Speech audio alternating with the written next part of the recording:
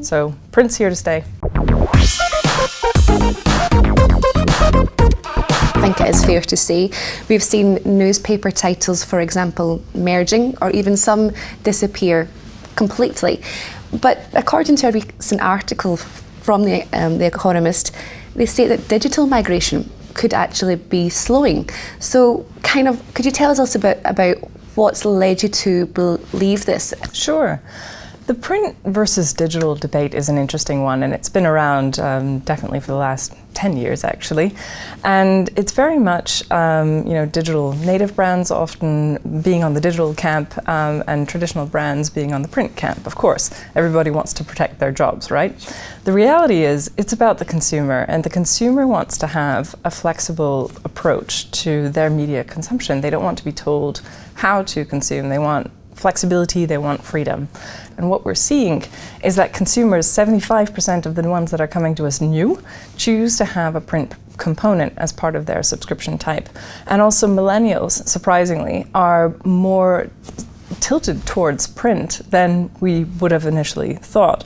And it does seem that there is a little bit of a change in the market where people are actually sometimes seeking an antidote to information overload. And we feel that's what we're currently providing. And the print format is also a place where you can really step out of that realm of digital information overload and really focus on long-form quality journalism. So print's here to stay. What about yourself? Have you kind of changed the way that you want to digest news, or do you feel as though you still like the print side of things, or are you more online favourable? I've developed a reading ritual which is quite digital during the week and pretty varied. So I'll be accessing public broadcaster news apps from Germany, from the UK to stay up to date. A little bit of Twitter, also visiting my home Austrian newspapers online. But when I really read and I'm really trying to understand what's going on in the broader scope of the world, I read The Economist in print and I read the FT in print, and that is something that I really enjoy. It is simply my way of switching off and really focusing on the content. I'm the same. I like to have something in my hand. I feel as though I take it in much more when you actually have the physical article or whatever it is. But there's also, if we look at newspapers and different things, but there has been a kind of notion that perhaps magazines, for example, would become a luxury item.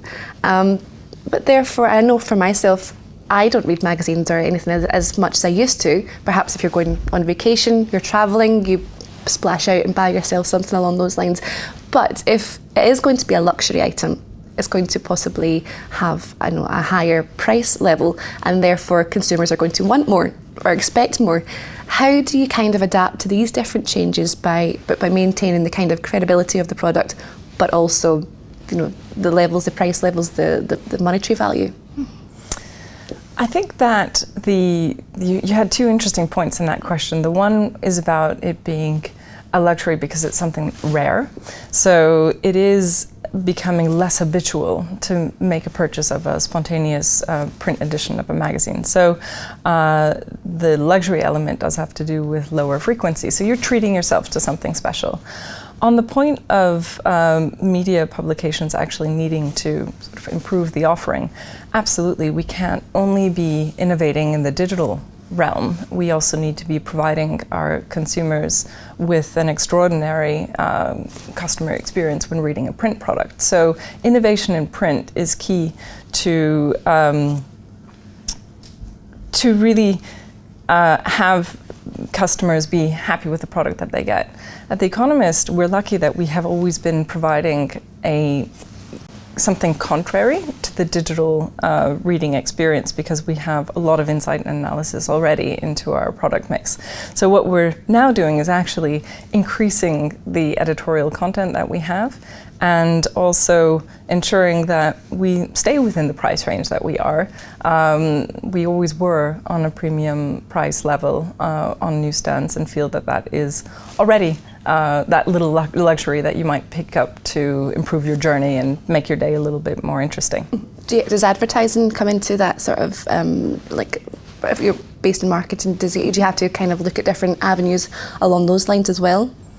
Advertising is an essential component of the media business, and we feel that advertisements within The Economist are a nice enrichment also to our product and have always been a part of that.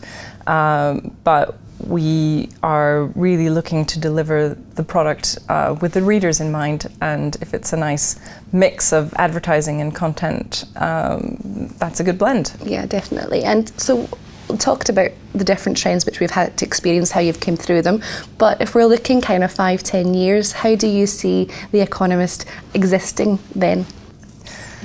5 to 10 years is a long time. I will say in 5 years' time, we expect there to be a healthy readership base, which will still have print as a strong component. We will expect to see newsstand sales and also print advertising to continue to decline. But on the other hand, there's going to be an incredibly digital world. Social media and our digital reach is going to grow even further. We are going to have much more innovative advertising formats across content solutions, films, our daily apps, our digital apps of our weekly publication. And I think that also virtual reality is going to become some element of our editorial content production as well. Wow, okay, well you heard it here first, perhaps. Well, thank you, Marina, so much for coming in and telling us about it. It's been a pleasure talking this through with you. Thank you. Thank you. Thank you. Okay, well that's all from Marina and myself for the moment, but there's plenty more coming your way on Dukascopy TV, so please do keep on clicking back. Goodbye.